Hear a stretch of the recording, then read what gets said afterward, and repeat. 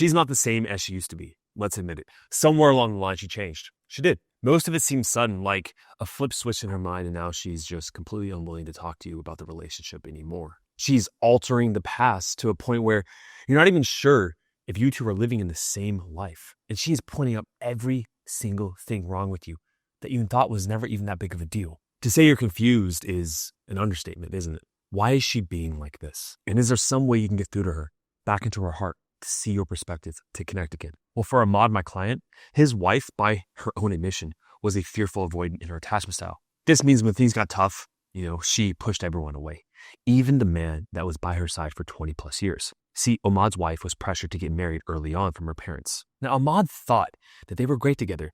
They were both really successful. They raised kids that were the top schools in the nation, and they shared the same religious beliefs. They were also good friends, too. Now, he wasn't blind to things getting stale over the years, and they weren't where they used to be when they first got married. But Ahmad had a plan. As soon as their last son went to college, he would quit golfing as much and focus more on her, on the relationship, and even stop working as much. So when his wife pulled the rug from under him, saying she wanted to separate, he had no idea what to do. He had this massive grand plan to make things better, and now he wasn't even getting a chance. When I got on a call with Ahmad, I asked him the same question I asked every single man I personally work with. If your wife was sitting here with us right now, and she were to label 3 things as to why the relationship is where it's at currently, what would she say those 3 things are? Ahmad took a second, and he said, well, she would say we don't have sex like we used to, that how we relate to our daughter is very differently, and that she never wanted to get married in the first place. I paused a little bit and I asked him this question. I said, do you notice something similar about those answers? This is what I told him. I said, Ahmad,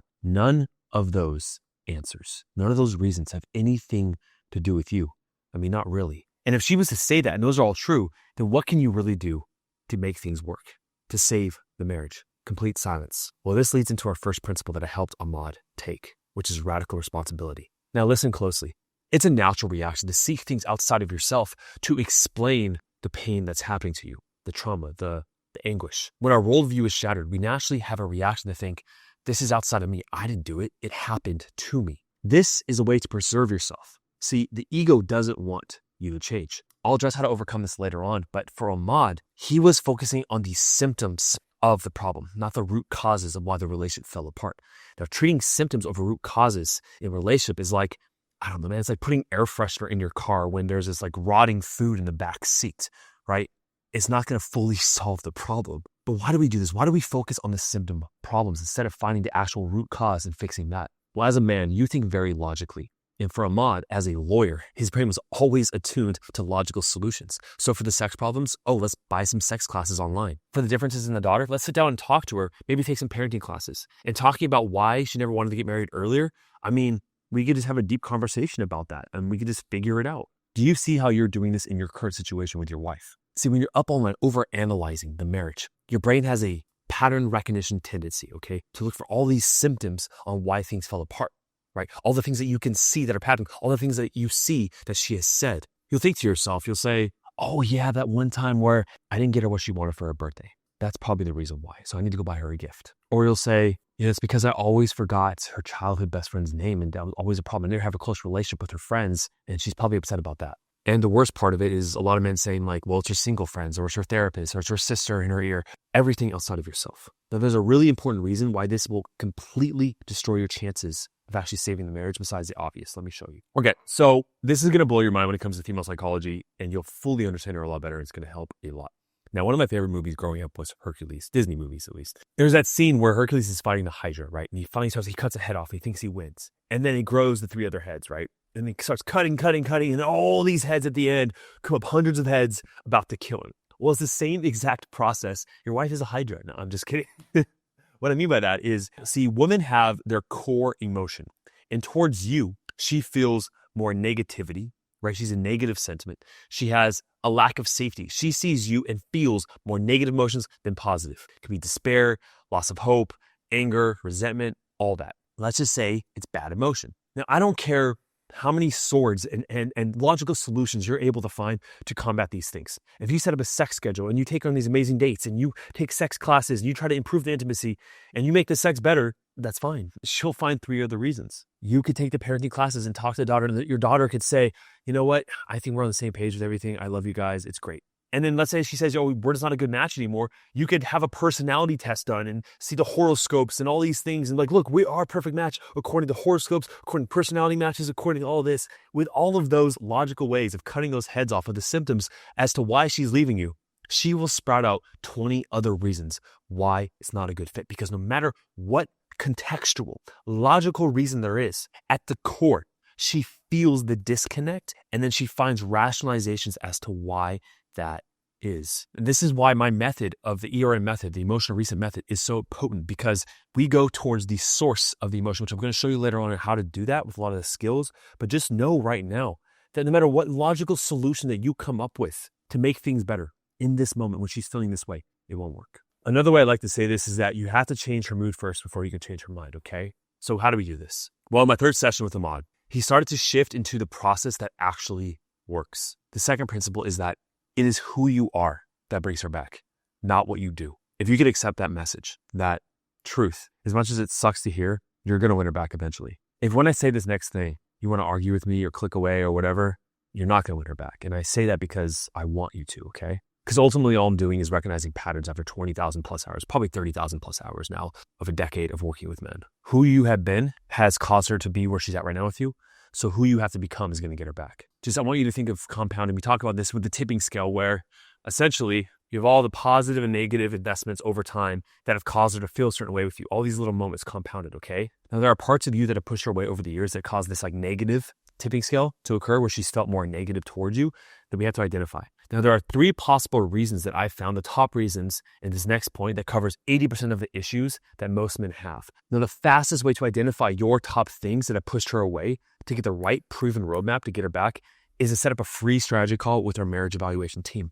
You're going to do that by clicking the link down below, setting a free call, but just make sure you're fully committed. And if you're fully committed, you'll get on a call with our team. Otherwise, we'll revert you back to this channel. Let's talk about these 3 pillars. So in my session with Ahmad, we identified the root causes for him that led to pushing his wife away over the years. So it wasn't the sex classes, it wasn't the parenting, and it wasn't everything else that his wife would have said or he said to me in that first session. The first core root issue was his neediness or his focus on the outcome. You see, Ahmad was quick to address his neediness, which was brilliant. He knew he avoided conflict. He knew he tried to keep the peace, even if it meant a lack of respect for himself. And we realized that from his perspective, he was making her life easier when he was just going with the flow. But that's one of the core tendencies of a nice guy, is that you won't say your opinion, you won't lead, you won't go towards conflict because you want to make things easier, but really you're uncomfortable with the conflict. See, women are especially attracted to men that not necessarily get along with them, but rather men they respect. So think right now of someone you respect, right? Do they have strong opinions? Of course they do, right? The people you respect, they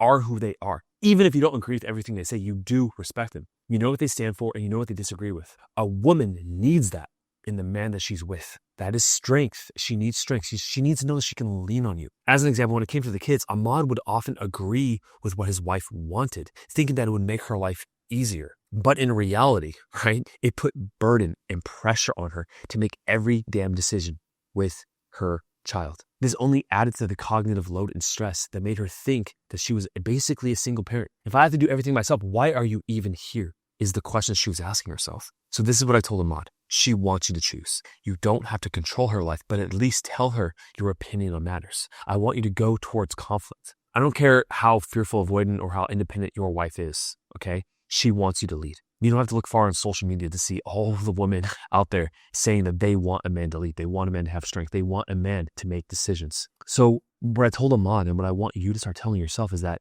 I am a leader. All right? She wants to follow me. Women love to follow men. I want you to say those things to yourself and recognize they are truth. I want you to adopt the identity of a leader right now, that you are a leader. If you don't, then she'll start following other things, aka her single friends, her therapists. She started listening to them because you weren't taking the lead. Now, the second core issue with Ahmad was a lack of integrity or consistency in his values. Now, part of becoming that leader that she respects and is attracted to is knowing who you are. Now, Lao Tzu said, the man who knows something knows that he knows almost nothing at all. Or Socrates, one of the smartest men in recorded history, said, the only true wisdom is in knowing you know nothing. Now, why do I say this in regards to your values and becoming the man that you are supposed to be? You may know things about yourself, but knowing who you are is a lifelong journey, okay? And don't worry, I'm going to give you some simple practical exercises to get to know yourself better, especially the parts of you that cause you to push her away. But for Ahmad, Let's laser in on just one of these behaviors or this part of him that I helped him realize about himself. And I am so proud of him, by the way, because one day in our session, he said this, Josh, I realize that I say a lot and actually do a little. I know I'm accomplished, but I often say things to just say them. Like I say I'll do this or do that, but I don't always follow through and no one really calls me out. And that right there was monumental. That self-awareness is the first step in actually changing. Now, this is often one of the biggest trials for a lot of men in actually getting their wife back, specifically to the idea of a lack of consistency or integrity. Now, I call it incongruency, right? There's a disconnect between your words and your actions, like a kinked pipe, all right? There's not a throughput in who you are as a man. And when there's no throughput, there's no consistency. A wife doesn't feel safe with a man who doesn't do what he says. He's unpredictable. That's chaotic. That's not safe. We always hear women say, I want actions over words. And this is the exact thing that she's speaking to. For example, you can have two men. You can have a man that says, I'm going to do this thing later. And then he makes some excuse. And I don't care what the excuse is. The fact is he didn't do it, right? He doesn't take ownership. And that's a common pattern where another man says, I'm going to do this thing. And no matter what, he has honor and integrity. And his word is one of the most important things to him. It's a high value he has. There's more consistency and safety with his wife because she can predict who he is as a man. And that consistency, it leads to safety. I will say this over and over and over again. Everything that has caused a disconnect with you and her makes her feel unsafe, okay? Not cared for, not seen, that you're not protecting her. And your inconsistency, whether you're trying to prove yourself or you want to be this man that you're not, or whatever it is, as much as it hurts your ego, you have to accept if this is a problem that you have, you must be aware of it and then learn to address it. Now, the third most common problem is something that will completely sabotage your progress with her. And I see it so many times. Guys make progress and they don't address this thing first and they go back to square one. I don't want that to happen to you. Look, you are right to be mad at her.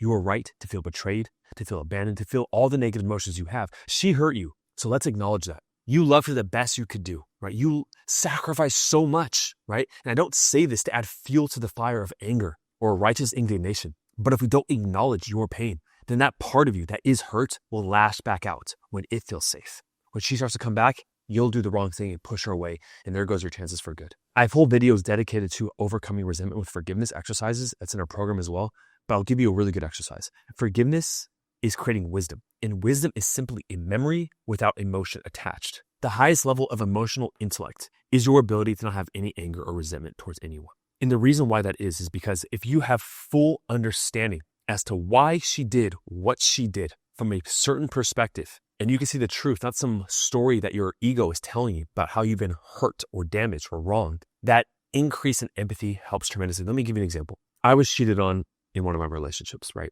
And that initial pain actually was a good thing because it caused me to go into psychology and to where I'm at now in my life. I see that. But at the time, I couldn't but help to think that she was just a bad person. Like, who cheats on someone? Why would you do that? Why not break up with me? How could you? But from the perspective of seeing from her inner child and seeing the neediness that I had, and the things that I did, I'm not excusing cheating. Okay, I want to emphasize that point because so many guys, they hear me like, oh, you're excusing infidelity. I don't think you should cheat, right? You shouldn't. You should break up with someone, right? You should wait till it's over before you enter into another relationship. Absolutely. And that is true. And understanding and having forgiveness, it is for you to move forward with your life, okay? Holding on to resentment is you drinking the poison, expecting them to die. And I saw from my first relationship, because she was a scared little girl. I mean, I was a teenager at the time too, right? I could see that she was a scared little girl. I mean, we were both teenagers at the time and we just got into a relationship. I was super needy. I did all these things and she shouldn't have cheated on me. But at the same time, I understand why she did it, okay? And with attachment with her father, all this stuff,